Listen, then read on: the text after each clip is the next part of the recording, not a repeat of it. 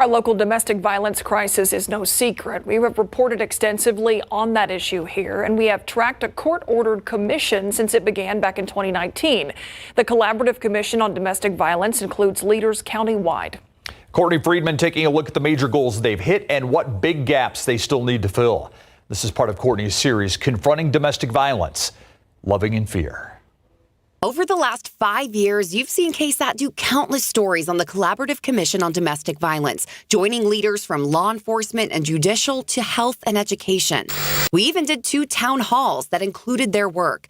They made some lofty goals since they began in 2019, and we've been tracking their progress. And they're tracking it themselves. They just presented their resume to the county commissioners, listing what big changes they've made. Improving the protective order process for all of those involved, improving the justice system process, expanding legal capacity for families dealing with domestic violence on the civil side. The commission co-chair, Judge Monique Diaz, knows the protective order process has come under fire for years, so survivors are celebrating these changes. We have shortened the time period to serve respondents with protective orders, increasing safety for those families, created a process whereby individuals applying for protective orders can do it online.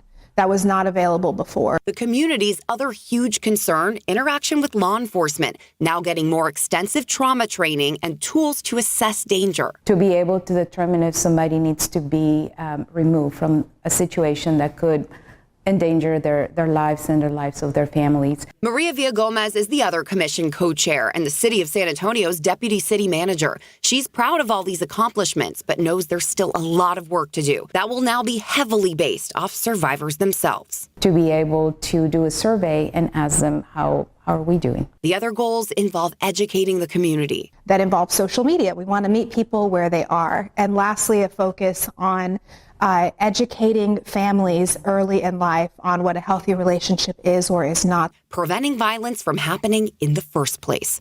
Courtney Friedman, KSAT 12 News. If you or someone you know is experiencing domestic violence, there is help out there. If it's an emergency, text or dial 911. We also have an extensive list of resources on our website, ksat.com/domestic violence. Just scan the QR code on your screen right now, and it will take you to that website.